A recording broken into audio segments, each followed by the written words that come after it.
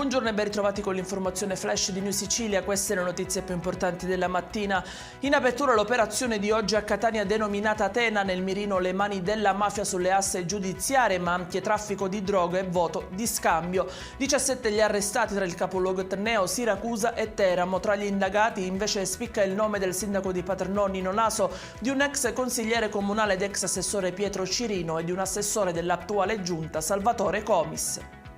2 provvedimenti cautelari sono invece stati eseguiti dalla DIA nel Messinese, colpiti 2 soggetti considerati capi e affiliati dell'associazione mafiosa della famiglia Tortoriciana che controllavano il territorio con estorsioni, truffe e concessioni. Arrestati a Palermo 2 uomini accusati di violenza sessuale di gruppo, avrebbero violentato una turista nel novembre del 2023. Un nuovo cadavere è stato rinvenuto nel mare delle Isole Eolie. Si tratta di un uomo che pare indossasse un giubbotto di salvataggio. Appena 24 ore fa è stato trovato un altro corpo privo di vita, sempre di un uomo, il giallo alle Eolie. Dunque si infittisce. Si tratta del 5° cadavere in mare recuperato nel giro di poche settimane. E in chiusura le ricerche del turista tedesco di 82 anni scomparso nelle scorsione alla Valle dei Templi di Agrigento, che si sono concluse nel peggiore dei modi.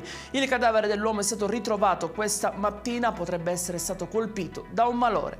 I dettagli su queste notizie li trovate sul nostro sito www.newsicilia.it e sui nostri canali social. Arrivederci e a più tardi.